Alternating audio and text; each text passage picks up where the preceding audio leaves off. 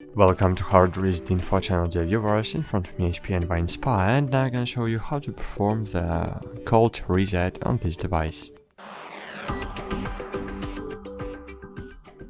First need to open the control panel and open the settings, then scroll down and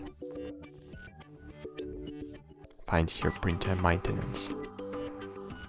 And scroll down again, click restore, called reset.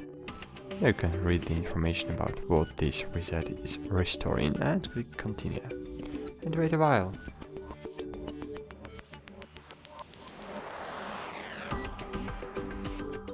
After a while, just click on the power button